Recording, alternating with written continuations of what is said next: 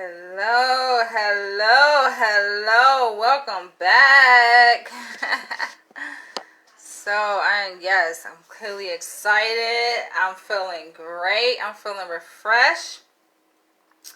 I feel like there are a million ancestors rooting for me. How can I put this into words, yo? I just feel very blessed, very protected. I feel like nothing can stand up against me, right? No weapon. I'm going to reconfigure this here. I did like this. Put this piece together. How did I... Okay, interesting.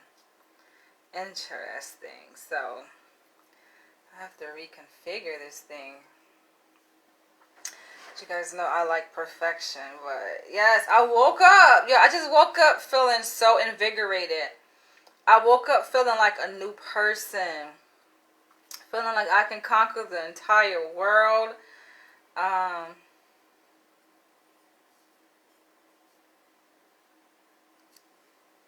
So I'm gonna have to tighten this thing. I think I see now. I see. And I'm looking forward to what this week is going to be like and how this week is going to unfold. I think a lot of blessings are near. A lot of blessings, a lot of revelations, like things are coming into fruition. I definitely can see that happening this coming week. Not just for myself, but I think it's just something that's going to be happening like in the universe. Like a lot of people's prayers will be answered. So this is going to be a good week. Do you guys feel that? Do you feel this is going to be a great week? I feel it's going to be a great week. We are survivors. We are conquerors. We are more than conquerors.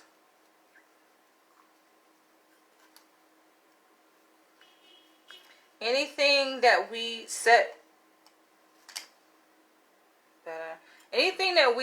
forth to accomplish, to achieve, we will achieve. It shall come to pass. Yo, we have to know this, and knowing, that we possess the power. We are the technology. We don't have to look outside of us for anything miraculous to happen. We are it. So I just have to share that. I have to share that revelation with you guys. This spirit of just winning, of success. Like that's what I woke up on this morning. Knowing that, I am. It's like, what more? We are. What more can there be? Right? So I feel great. I feel gracious. I feel giving. I just wanted to share that. And then it was laid on my mind, my heart, this idea of dating younger men. So I want to talk about that here in this video. I think I got this. I'm going to wrap this around here. Dating younger men. No, it's not my thing, yo. It's never really been my preference to date younger than myself. I like older men. I was on this live video with this woman on Instagram. I think her name is Empress AK or something like that, right? You guys probably know who I'm talking about. I was on her live video. I think maybe if I take this apart, I might have to take this apart. And she's, I think, in her early 30s. She's single. And the conversation was centered around just talking about dating, right? She was dropping some jewels. Nothing of which I don't live by myself, right? I think it just comes like knowledge and wisdom, and jewels come with experience. So she was just sharing her perspective based on her experience as a melanated woman in dating, being single, and I definitely could relate. I see her as my reflection, so a lot of things she was saying, I'm like, yo, that's me. That's how I see things, right? That has been my experience in a good way, but also in an informative way, right? Like it was like holding a mirror up, looking at myself, seeing her speak about the challenges that she faces in dating men. And oftentimes we're not honest with ourselves, right? As women, I can speak from a female's perspective, from the feminine energy's perspective, right? You guys probably can relate. But oftentimes we're not honest with ourselves to just admit our side, right? Our role that we play. Right? So oftentimes we attribute like our challenges that we face. It's coming, you guys. It's coming. We attribute like the challenges that we face in relationships like to the other person. I think it takes a degree of maturity and ego strength to come to the truth and the realization. Let me unwrap this. To come to the truth and the realization that yes, it's not necessarily always about what the other person is or isn't, right? What they've done or what they're doing, right? A lot of it is about us. And unless we change our perspective, unless we change the lens that we're looking through, nothing is going to change. So she was saying a lot of things that I've said myself. Now, I've never met this woman, right? But you don't have to meet a person to exchange words with a person, to be close to a person, for you and that person to share similar experiences, right? And it's no surprise that of course we will share similar experiences, because number one, we're melanated women, we're black, we're both in our 30s, we're beautiful, very intelligent, highly educated women, highly successful women, and we both live in New York. I didn't know that she lived in New York, but then she made it clear that yes, she lives in Brooklyn. I live in Manhattan. All right, so this is the challenge here. I'm going to have to find a way, because I'm running out of string. All right. Bingo. Will this work? Will this work? Well, nope, nope, nope, nope, nope. All right, bear with me. Maybe this will work. Just have to be really, really tight. Really tight. But yes, she was speaking, and I'm like, yo, that's my perspective, right? And there's one thing to align perspectives with another person. And you're like, oh, I can relate. Like, yeah, that's been yeah, right? But then it's another thing to say, you know what? Maybe that perspective isn't the healthiest perspective. Or maybe that perspective, no, this isn't. Maybe that perspective isn't the most productive perspective. Trying to multitask here. Feel free to share your thoughts below. What you guys think about this. Right, this is going to be an open discussion here. So, of course, I got to do it in a way that it's going to... Bingo. There we go. See, sometimes you gotta just take a break. Trying to multitask. I had to like stop talking and focusing on that to really hone in on what I'm doing here. And I got it. I got it. Alright. So I'm about to get into this video topic, y'all. I'm about to give me some water. Get into this video topic. Today is going to be a beautiful day. This isn't pretty strong string, so I think it'll be fine. Tie it one more time. One more.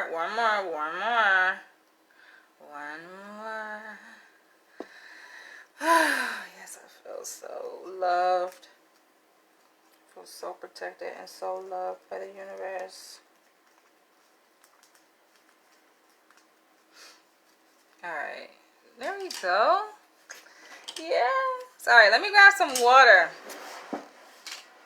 This is growth. Like, I feel excited because I can see my growth. And that's what life is about, yo. There's no point in talking about it if you're not gonna be about it.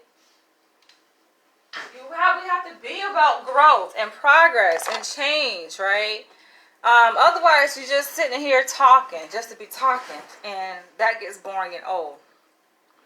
So, as she was saying, like things that she is struggling with, right? And she's just like, for example, having a standard, as a woman, she feels like, okay, sometimes she's perceived as her standards are too high, right? And I've been told that to myself, like, oh, you got to lower your standards. What you expect from a man is just too much, right? And it's basically the traditional expectations of what a man should do, how he should present if he is wanting to gain the interest of a woman, right? In terms of courting, taking her out after you explore what are her interests, right?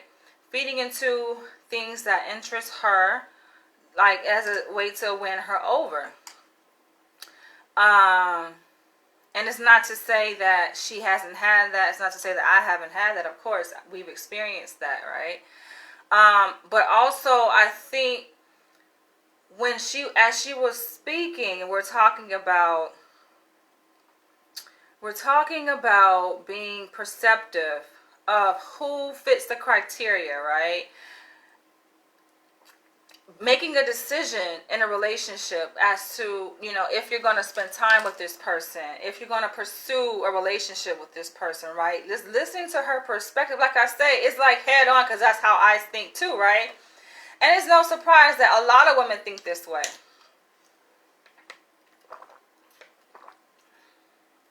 Independent of each other's influence. Like a lot of women, we're socialized and we've experienced certain things that has shaped us in a certain way. I think it's worth tapping into. So I'm about to go deep, right? And a bit of self-reflection, a bit of transparency and honesty in this video.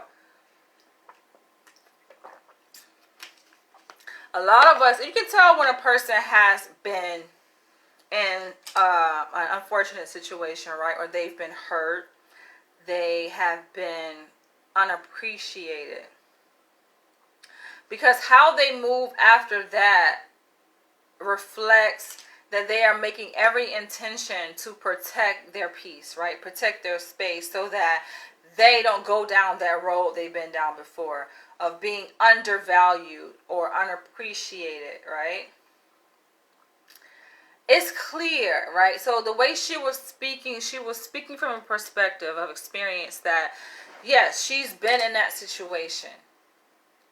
And of course you have men in the comments and they're like, oh, you have all these standards and you're so picky and men has to do this and has to do that. And your standards like all the way up here. It's clear why you're single. I see why you're single. And then she retorts, no, if you think that I'm single because I don't have options, then you're sadly mistaken. That's not true. I'm single by choice. But then if you listen clearly, she expresses what she wants. That it would be nice for a man to be sucking her toes right now, right? So think about that. Like she's expressing that she wants a man to be sucking her toes. She would like for a man's touch, essentially, right? She would like for a man to be present with her. She wants a man's presence in her life, essentially, right? Especially in that moment. But she doesn't have it. So that is in conflict with this idea of you're single by choice. I think oftentimes women, we say that. We say, oh, I'm single by choice. But she also mentions, like, are you listening to yourself? Do you hear the contradictions? Because she also said in the same live that she actually misses the experience, the good feeling of what it's like having a partner, having someone who you can come home to, right? Having someone who you're in a relationship with, who cares about you, that you know that you feel loved by a person, right? Having that, she misses that. It gets tricky because at the same time, yes, you value yourself, right? You know your self-worth. You don't want to be mistreated. You value your peace. And when you're single for a significant portion of your life or time, let's say, in your life, that becomes comforting. That becomes your comfort zone, right? I have been single since 2017, December 2017. Granted, I have dated. I've been on dates. I've been in conversation, talking to men, right? I've felt a man's touch, right, since then. But that was my last serious long-term relationship. And yes, there's a big part of me that says, like, you know what? I'm at peace. Look what I've created by my own independent hands, right? Look at the position that I've put myself in by my own hard work, independent of a supportive partner, right? Or a man in my life. I've done these things, right? Look what I've attained. And look at the peace and ease that I've attained it just being by myself alone. So that's one side, right? And then the other side is like, okay, the idea of, okay, if you were in a relationship, would you have attained that degree of success with ease and the peace that you be able to, attain these things with, right? Like being single comes with a degree of peace that passes all understanding that you wouldn't trade for anything in the world. So that thought comes to mind, and she mentioned that, right? Saying like, oh, at the same time, even though, yes, she misses like the touch of a man and the presence of a man, and it would be nice for a man to be present sucking her toes, she also mentioned that she values the peace. And I can relate to that aspect as well. But then one has to question, right? This is where self-reflection and a bit of maturity comes in, right? To work towards growth as a woman. And it can go both ways for men too. But, as a woman, it's just like, when you think of the idea of a partner, it's unfortunate that you're more repulsed. Think about that. And you have to ask yourself, where did that come from? So you think of the idea of a mate, of a partner. You may have, a preference in mind, an image in mind, right? Maybe he's tall and dark and handsome and muscular, and the list goes on, right? He has certain attributes, right? You think of this idea, but then it's a fleeting idea, because when you think of that, the glory of a man and what he can bring, then unfortunately, you're interrupted by these ideas of insecurity, pain, threat, harm, potential, right? Drama, discord, anything that disturbs your peace. Those are the thoughts that are coming to your mind. Why are you thinking that simultaneously while thinking of this beautiful idea, this prototype of a man? So it takes me back to like when we were these innocent little girls, right? We were innocent little girls. We were just like, oh, Prince Charming, my man gonna be this way, he gonna be that way. Like, oh, I'm just so in love, and oh, I'm looking forward to this and that. We were so ambitious, right? So hopeful, so open-minded, so just welcoming of a man's presence, right? And then we got it, and then the inevitable happened, right? We were hurt, we were let down, abused perhaps. And then the part of us, there's a part in every human being that persists, that wants to go forward. So we put that aside, like, okay, I went through that in that relationship, but that was that relationship. I'm going to go forward, be hopeful that perhaps he's still out there, right? Prince Charming, this good man, this good black man is still out there. I'm going to persist. Boom, same thing. And it's just like a repetitive cycle, never ending, to a point where a woman is like fed up. She's like, I am tired. I can't do this anymore. I want to protect my peace, my safety, my life going forward. So I'm going to remain single at all costs. I'm going to be so guarded and so protected of my space that it's going to be almost nearly impossible for a man to permeate this wall that I've built. subconsciously and consciously to protect myself. Let that rest. Sit with that thought for a second. Think about that. It makes you wonder. This is my question. I pose it again. Why is it that when we think of the idea of a man, because I was on her live and it's just stimulated thoughts in my mind, questions, right? And more self-reflection. Because I see myself in her. I'm looking at her, I'm like, yo, she is me. Like, she is my reflection. This is me talking to myself. I'm like, right? I see the beauty, obviously, in her. But I see, like, oh, the flaws, the faults, because I'm seeing that within myself. As she is reflecting back to me who I am, I'm just like, So, like, yes, I've had time to even think about this because that live happened yesterday. And I had some great sleep last night. And I woke up feeling very refreshed and empowered and just ready to conquer this week because I'm just like, I feel like a million ancestors are just standing on my shoulders and pushing me to continue to go forward despite all the things that I've shared with you guys previously about what's happening at my workplace. All right, and I'm going to do a follow-up on that when I go back to work this week. So, yeah, I got something for that. The ancestors actually spoke a word through my being today.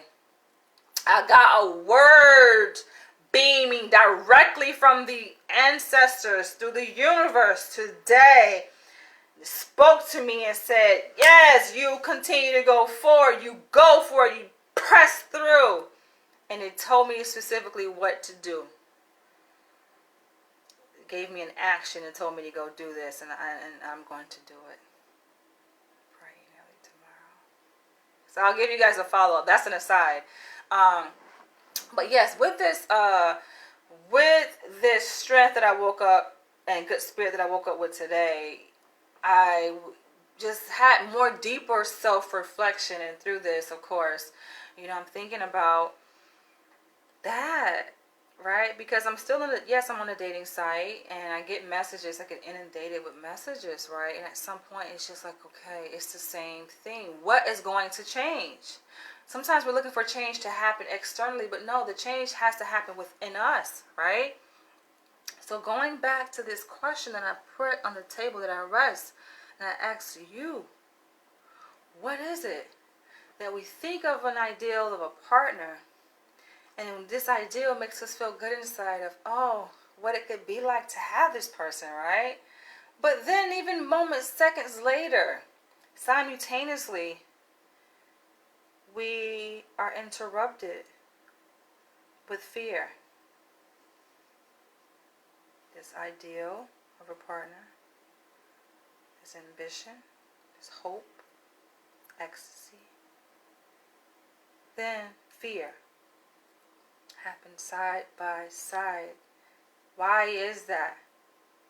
Why isn't it the way it was before when we were just these innocent young girls? And we have all of these positive, ambitious thoughts of what partnership looks like with a man. That was just it. That's all that we held. We didn't have all of this. Fear. Where is this fear coming from? You know where it's coming from. It's coming from the experiences that we've had. Whether we experienced it directly or we witnessed it from someone else. But it's still an experience. It's still exposure to things that have happened to us, in front of us, that have shaped our perspective in such a way that makes us afraid, that makes us a bit more calculated, more protective, more guarded, more insecure. Now, of course, it serves a purpose, right? The insecurity, the fear, the guardedness, all of that serves a purpose. What is that purpose? To make us feel safe, to protect us. But meanwhile, on the other hand, we're so overly guarded and so overly protected and so insecure that we never get a chance to re-experience what love looks like, to get experience to co-create what love could look like going forward. So we're stuck. We put ourselves in this psychological prison of singlehood inadvertently. And I see it being played out in my reflection, right? Because people will challenge you, right? Her reflections who were on the live, the men that were commenting and be like, yeah, that's why you still single, right? Because you got all these high standards and this and then the other, right? They were just messing with her, but getting up in her head, allowing her to think. And she was like, oh no, right? Our ego begins to surface and like, oh no, I'm not single because of that. I'm single by choice. I choose to be single because I have a lot of men out there. That's the ego, but in one hand, that is truthful, right? Because anything that happens in our life, we have full, complete control over. When you think of it, this is our life. This is your life. What you do with your life is what you choose to do with your life, right? It's your choice. But in saying that it's a choice, are you aware of what's influencing that choice? This is where the conversation that I just had, that I just spoke of, comes in, right? This negative aversive conditioning through our experiences with men that influences that decision to be single, to be in your comfort zone, to be safe. But when you think of that decision that you're making, is this a decision that you feel comfortable living with the rest of your life? Because what is going to change? The reality is that the world is the world, right? What's out there in the dating pool is out there. That's not going to change.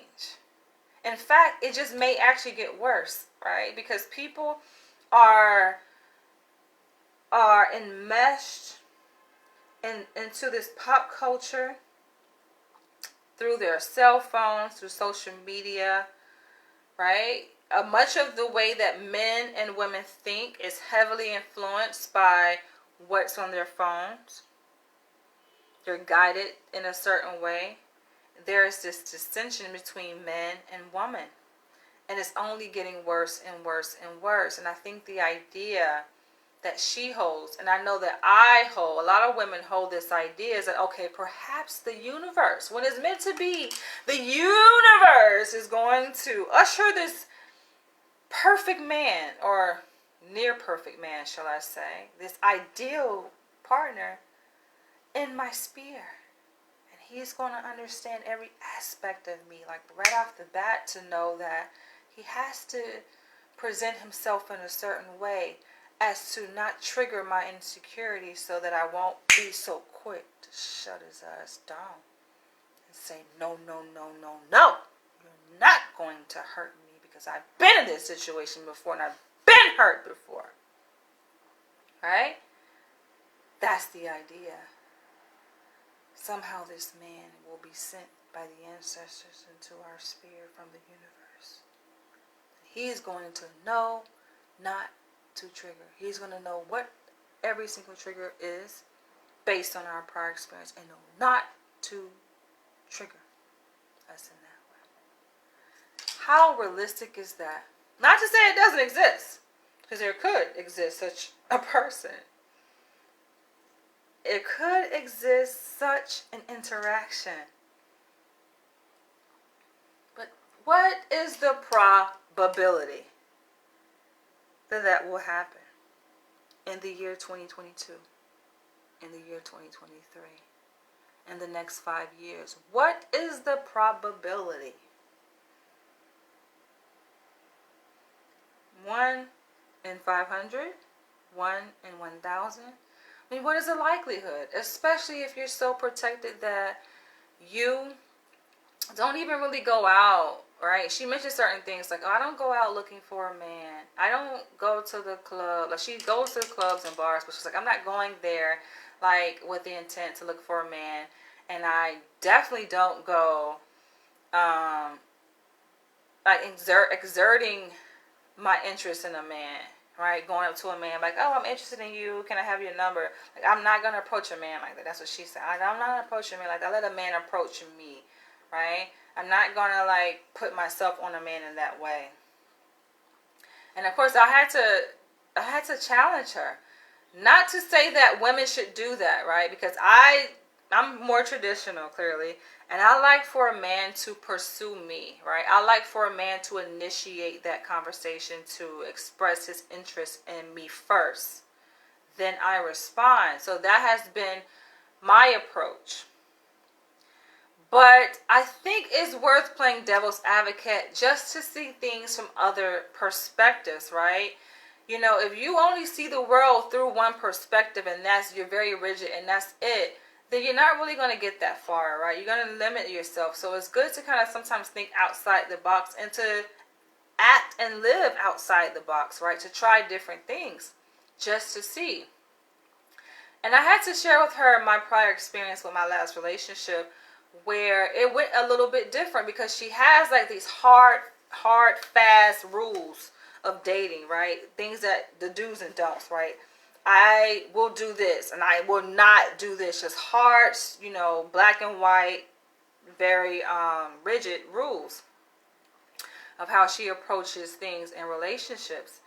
And so she's like, you know, giving advice, which I think the advice is helpful.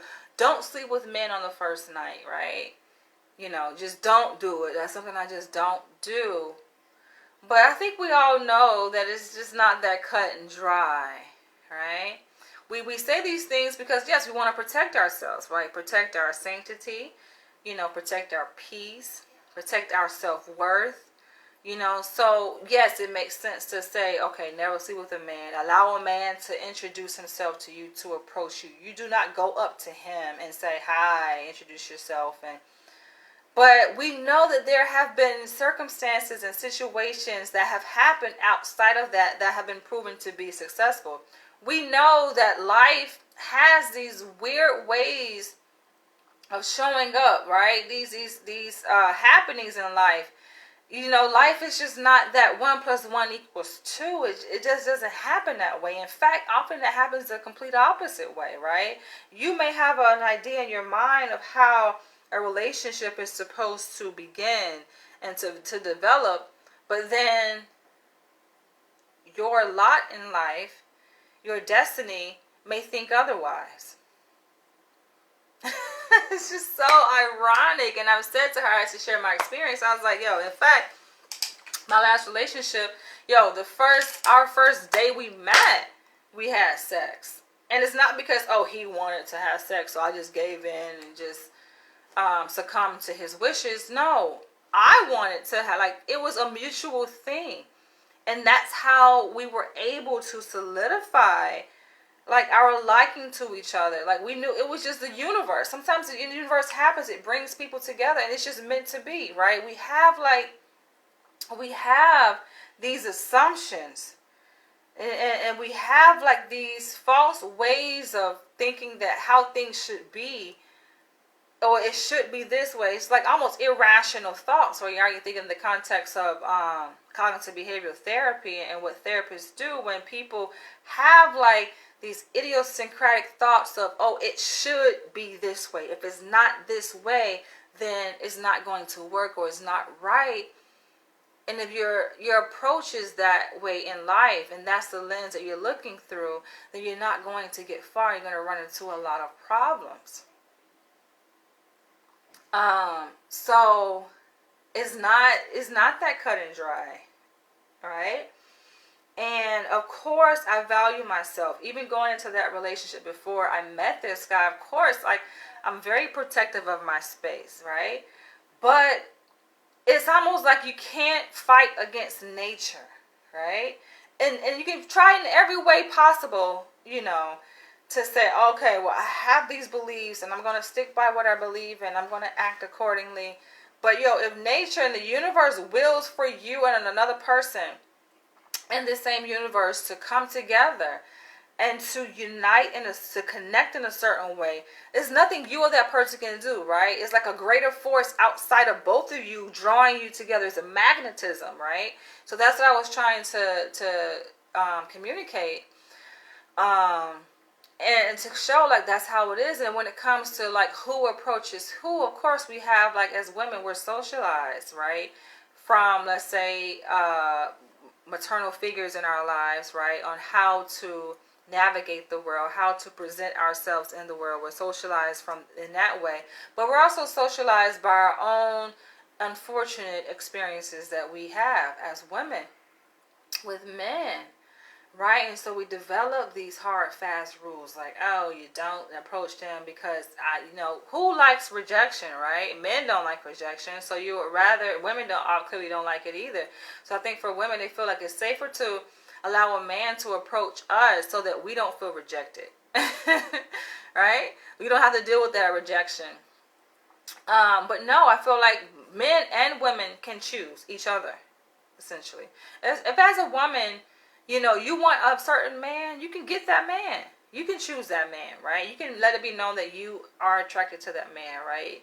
I've done this before, clearly, publicly, with my interest in Dr. Umar Johnson. Not to say that we're right for each other and we're going to be husband and wife, but I felt safe enough to do that. And it's really based on, obviously, your comfort zone, your comfort level as a woman, towards a man.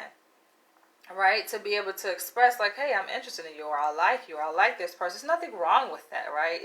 I think at some point we reach a point in our development, our maturity as a woman, that we feel quite confident to be able to express our interest, not only in the clothes that we wear and the shoes that we wear and the cars that we drive, but also in a partner or in a black male figure, right? If we can express outright that we want to buy this house, right, and we come live and in public with it on social media, and we want to go visit this country, and we have a taste in this clothing brand, right, you can do that. You can be very assertive in your interest when it comes to material things, but why not assert your interest when it comes to a man? So sometimes it's worth questioning our own belief system, right, our own idiosyncratic thoughts and approaches to relationships and interactions with people. It's worth questioning that. It doesn't mean that you should just question your entire existence and think that everything that you've done in your entire life is just wrong. No, but it's worth to look at things from a different perspective. So with that, of course, I've had my own self-reflection. I constantly do this, right? I think that in order to truly reflect upon yourself and the decisions that you've made, to really critically analyze it, right? And to leave a small window open for the possibility that maybe my approach could be tweaked a little bit. It's not about assigning labels, right, of right or wrong or casting judgment, but maybe things can be a little bit different, different perspective, right? So I leave room for that to happen in my own life in many different aspects, because that's how we grow and that's how we mature. I have to say this: in order to reach that point of maturity, to be able to tweak aspects of your thinking, to explore it, right, in order to tweak it, I think you have to obviously be secure in yourself, right? When people are insecure within themselves, when people have not reached a degree of maturity or ego strength, it's very difficult for them to consider the possibility of, oh, well, maybe that thought isn't right. Maybe my approach towards that isn't the most effective. Is not going to get the results that I'm looking for. Maybe I can tweak things a little bit, right? We have to be flexible. A lot of people are very rigid. And I think it comes with time, right? We're all on different paths. And in our path, we're at different points in our path, right? So some people may not be there yet, right? They're meant to be it's a point in they're at a point in time in their life where they should be very rigid in their thinking and in their actions. They need to be, because otherwise they don't feel safe. They don't feel protected. They feel like they're going to be very vulnerable to threat, to attacks from other people. So they have to present in the world in this way, very guarded, and you can't penetrate my thinking kind of way, right? But then, yeah, that overly proudly attitude can shoot you in the foot sometimes and be self-sabotaging, So there's a time for everything, right? There's a time to be prideful, to be boastful. There's a time to self-reflect. And I'm so thankful that I have the ability to maneuver through all of these different ways of being. I can be humble. I can be submissive. I can reflect. I can question myself and my own perspective. Right? To consider other ways of looking at a thing, of thinking about a thing, of acting towards a thing. I'm so thankful that I'm mature enough in my being to be able to do that. Life is short. We can hold on to these maladaptive ways of being, very toxic ways of being, but what is it going to do? Where is it getting you? And you complain about your misery. You know that you're miserable. You know that you are unhappy. You know that you wish for a better life for yourself.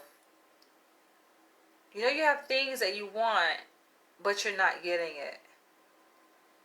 But you boast and you try so hard to convince other people that you can have whatever person you want. And if you wanted to date, then you would date.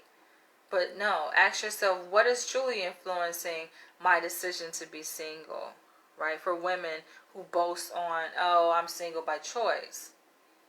No, you're single by choice in the sense that you're choosing to be alone out of fear. The world is filled with billions of people. And even though the dating pool is what it is, it's constantly changing. People are constantly changing, right? So just being open to the possibility that there is a different way of doing things. And I feel good, y'all. I feel good in myself because I feel like it's a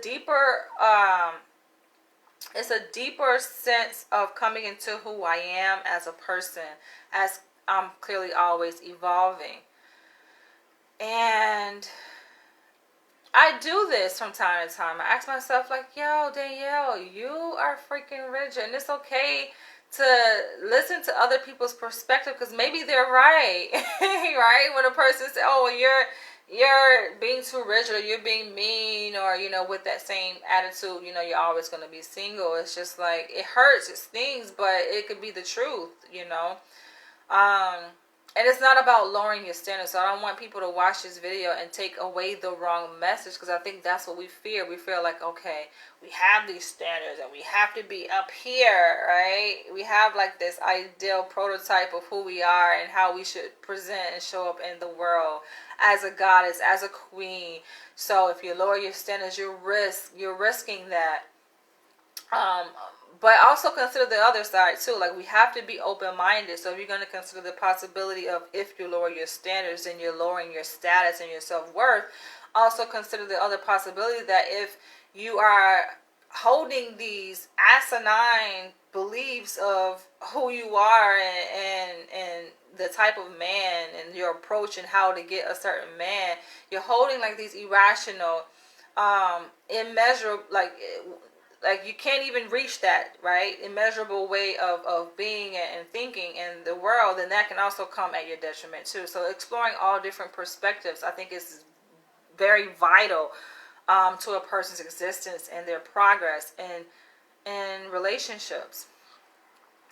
So I say all that to say that I'm posing the question, like, this is an open conversation, the idea of dating older men versus younger men.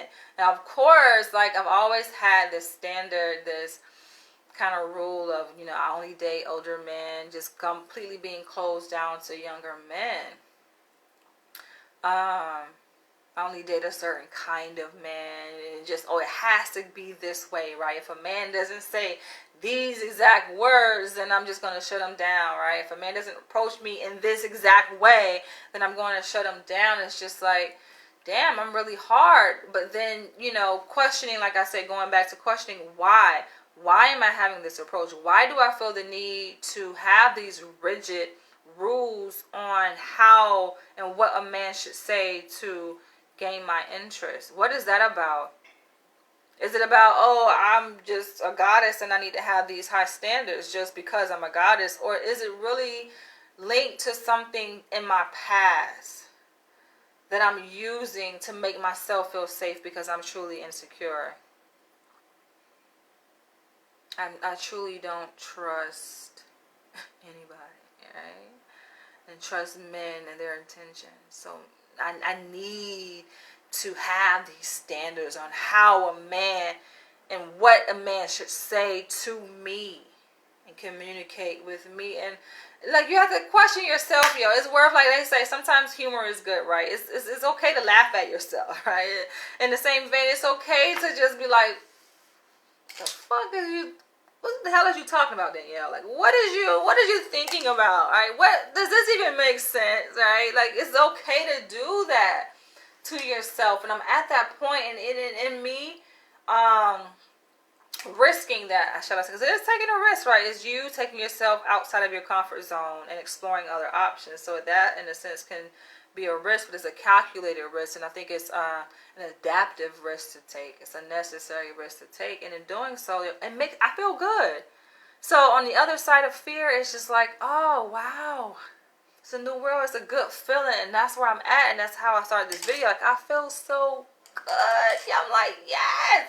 Not to say I just got some dick last night, but no, I feel good in a sense that I see myself being ushered into this new world of allowing myself to love, It's okay. And I know that people are afraid to love or fall in love because they don't want to be hurt. They don't want to, be taken advantage of, or this and that to happen. But what's the worst that can happen, right? That's how I look at it. And the universe, if the universe has protected you up to this point, right, and you having these walls of protection up, what is going to change, right? It's almost like a gamble you're playing, right?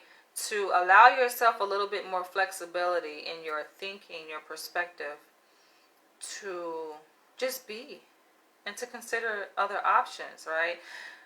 When she mentioned that, she turned a lot of men down, I'm like, another example of how she's my reflection, because I've turned so many men down. I can do a video and it's still not going to account for how many men that have approached me on this dating site that I have turned down. It has to be, it has to be in the thousands. I cannot even exaggerate. And I say this because, like I said, I've been single since December 2017. I joined this dating app, and I get so many messages from so many different men, and a lot I don't even entertain. Some I do, right, and I engage, and I just turn them down, and I think, what is this about? Is it rightful that I'm doing this? Like, am I rightfully, a portion of them, right? Because it's just not a match, right? We're not compatible for whatever reason. But then it's just like a part of me is like, or am I just doing this just to be doing it, right? It's just to be doing it. Just be doing it just to be doing it. And it's just like, okay, but how is that moving me forward? How is that helping me? It's not really helping, right? If my goal is to eventually procreate, to fall in love, to build a family, to procreate, like, how am I moving in that direction? Yes, I can see how I'm moving in the direction of protecting myself, because that's also a unstated goal, right? To keep myself safe in this world. But it's interesting. Let me take a swig of my water. I gotta take a pause here.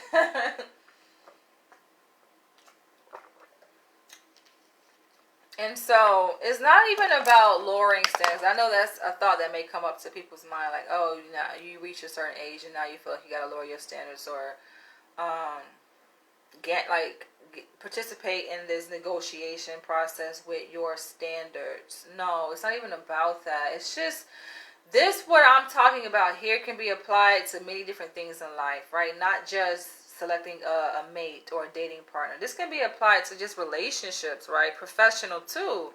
You know, asking yourself, if you're constantly, you know, jumping from one job to the next and one organization to the next and one, you know, like one group of people, like, explore that a little bit further, right? Challenge yourself. So it's not to say that you're not right in what you feel and what you perceive about certain people and interactions. It's not to say that, but it's just to just be more open.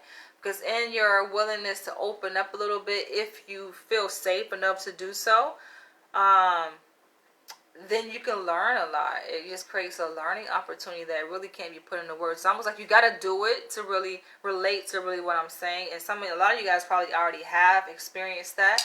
You just have to do it. You have to experience it and go there to be like, and then sometimes you mad at yourself, like, why did I wait this long, right? Like, why did I do this to myself for so long? It's almost like my epiphany I have with painting is just like, dang, I started painting back in 2020, October. And it's like, this was a couple years ago, and I'm 38 years old. Like, damn, why didn't I do this sooner, right? But it's never too late, But it's just similar to that experience. It's just like, I could have been doing this, right? So, in terms of the preference of dating older men, is the idea that a lot of women hold that older men are much more mature, they're more established financially, they're not living at home with their mom, all these attributes that we assign to older men, when in fact that could be an irrational belief, that can be a fallacy, right? You're operating in this paradigm of way of thinking that's not even accurate, or true. And if you're believing something that is not true, you're behaving in a way that is not serving you, right? It's not productive to your progress. So something has to change. Your way of thinking has to change, right? So if what you seek is security, stability, financial stability, right? Or stability just in a relationship, right? Emotional stability, financial stability, relationship stability, a man being independent of his parents, family, living on his own, having his own. That's what you seek. All right, you can still maintain those, but doesn't mean that a man has to be 35 and above, right? To have that, a man can be in his 20s. I think we prejudge before we get to know, and so I've shot a lot of men down. But then recently, shall I say,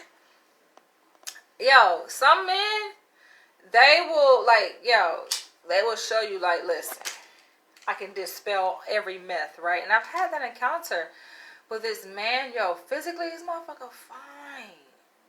It's almost like hard to resist, right? Now he's 9 years younger than me. He's 9 years younger than me.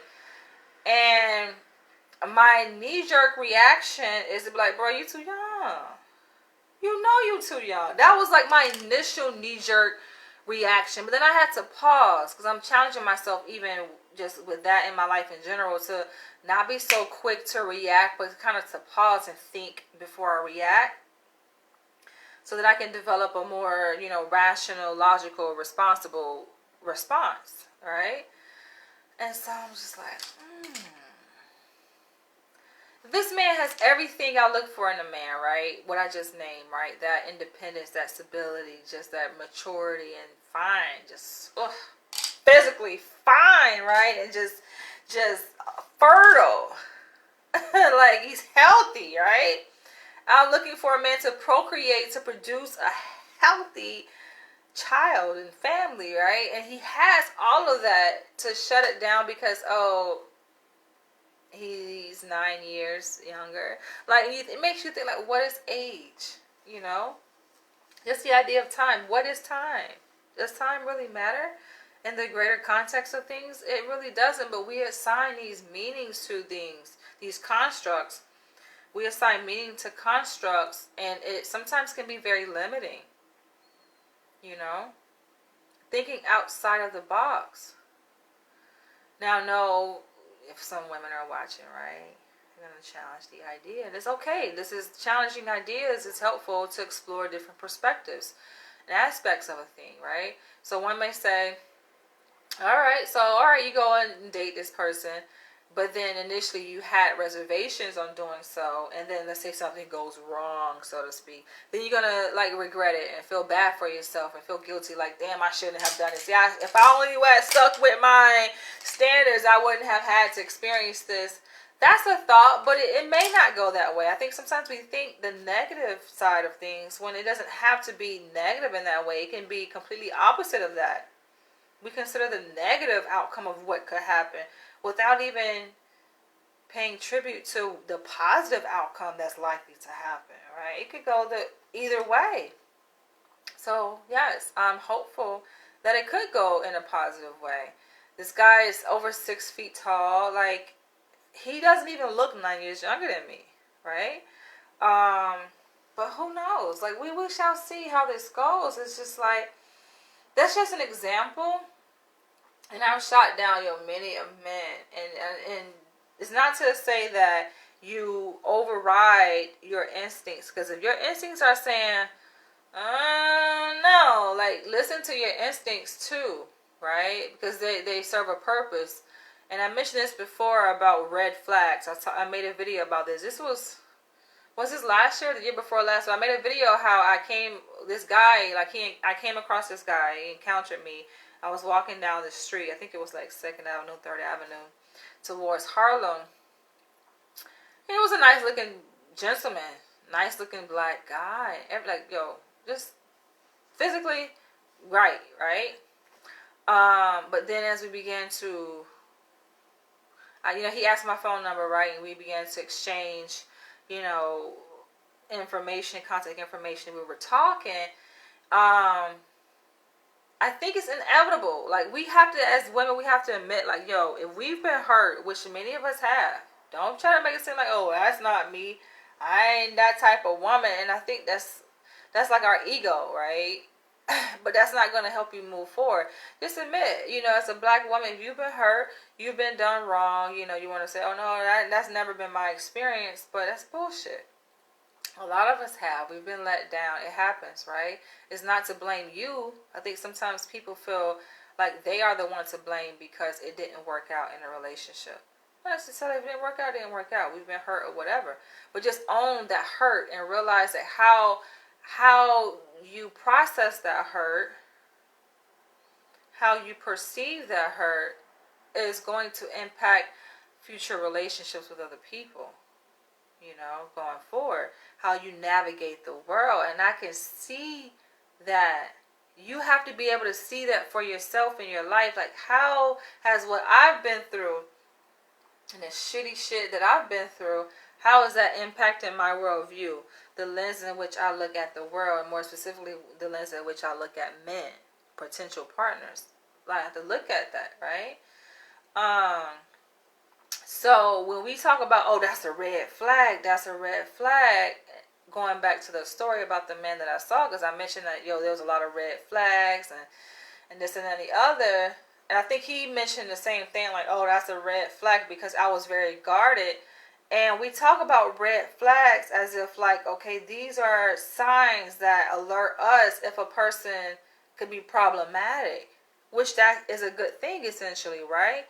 But digging a little bit deeper, you have to ask yourself why. This is where critical thinking comes in. Why is there a red flag going up, right? Clearly, you recognize there's a red flag that's going up in this encounter you're having with this potential partner. Why is it going up? What is a red flag about, right?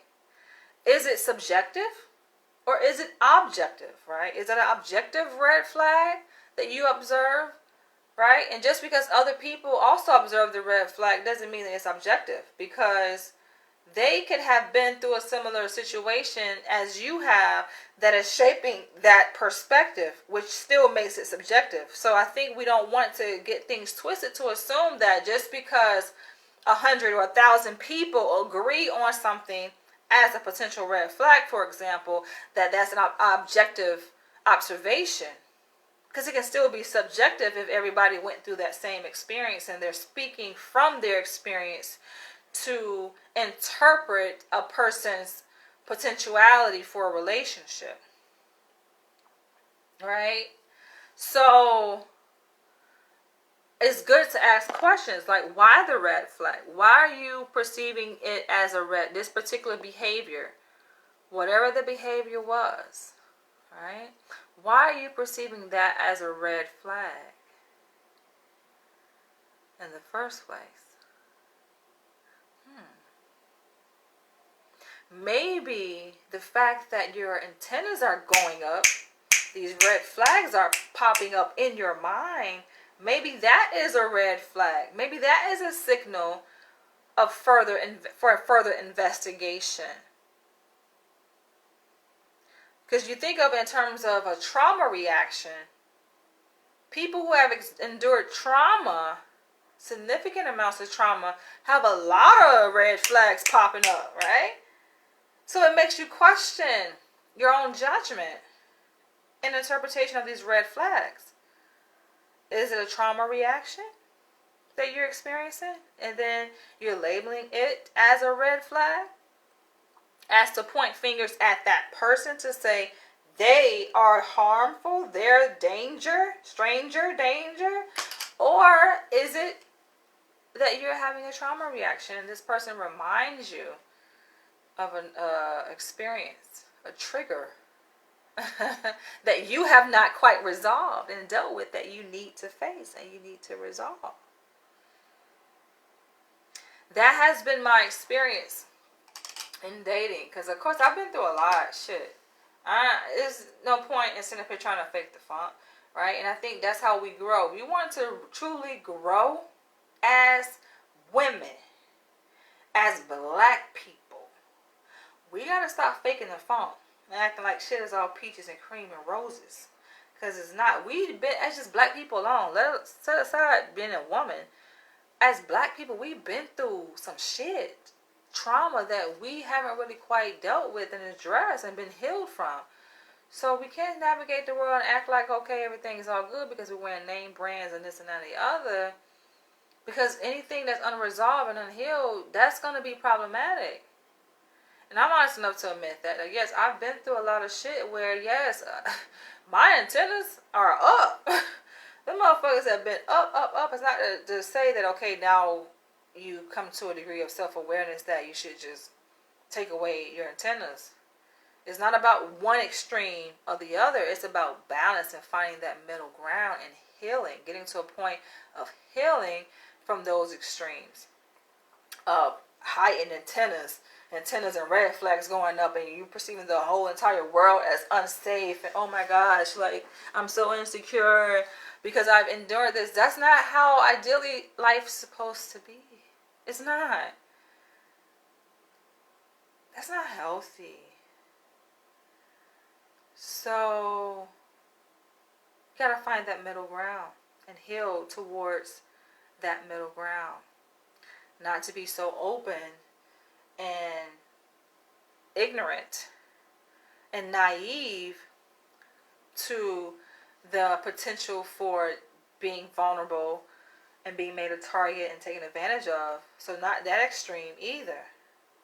And some people have issues with that, and they do become targets and vulnerable and victims, right? Heal so we can come to this middle ground. Getting away from these stereotypes of, oh, younger men are this and older men are that. That's really a stereotype. And even we know stereotypes can be partially true, right? There's truth in everything. But to navigate through that, to get to the bottom and to look at people for really who they are. Because you will be surprised who a person is beyond these characteristics, these labels of age, right? Even race, I have to admit, right? Not to say that I'm encouraging people to date outside their race, because I know I have my preference, and that's melanated people. But if we navigate the world assuming that all white people are this, or all black people are this, and all young people this, and all old people that, we can miss a lot. Somebody in this video, because I do have an event that I'm going to be going to this afternoon, but I had to share this revelation. And it's exciting to get to this point, to know that you can be forgiving of yourself, be forgiving of other people, be understanding that whatever you went through in life, you went through it to learn a lesson, to figure out what is the lesson in what you went through. Does it mean that you're supposed to just hate all people and be uberly guarded towards men as a woman, or vice versa? You know? No. That guard is still going to remain, but your perspective towards people needs to change, right? Definitely needs to change. And I feel, like I said, if I can't emphasize enough, I do feel relieved. I feel like a chain has been removed. We talking about slavery and being in chain, but yo, the chains are on our mind. We put ourselves in bondage. It's time to release those chains and to go out there and live life, and to know that this evolved person that you've become based on your experiences that have molded you and shaped you to this very mindful, right? You're still mindful. It's made you even more mindful of yourself and your surroundings. Both, right? Not just, oh, I'm mindful of other people, not trusting of other. No, but you're mindful of yourself and how you relate to other people. You take that part of your evolution and you go out there and you live life freely. It's a wonderful place to be. Life, you should not be walking out there in society afraid. And that's unfortunately what the enemy wants you to do. When, in terms of a racial context, they want black people to be afraid of white people, to be afraid of police. And no, when you ascend to a higher degree of spirituality, you ascend beyond all that bullshit. And you can go out there and still be powerful and live life, get what you need from life, and continue to move on, continue to blossom. I'm going to end on this note. Yes, I'm so happy. I want to bestow words of affirmation in knowing that you are powerful. You are courageous. You are a conqueror. What you want, you have the ability to grasp, and you will grasp it. It's nothing to fear. We live in a different age, yo. What happened back in 2015 and 2012 to you, or whatever year it happened, that happened. Let that go. This is a different group of people. People, we are constantly evolving. Our cells are constantly being regenerated. So, I just feel like it's a new world. I feel like it's a new me right now. I feel like I was just reborn. That's what I feel like. I feel like I was just reborn, so that's why I'm so happy.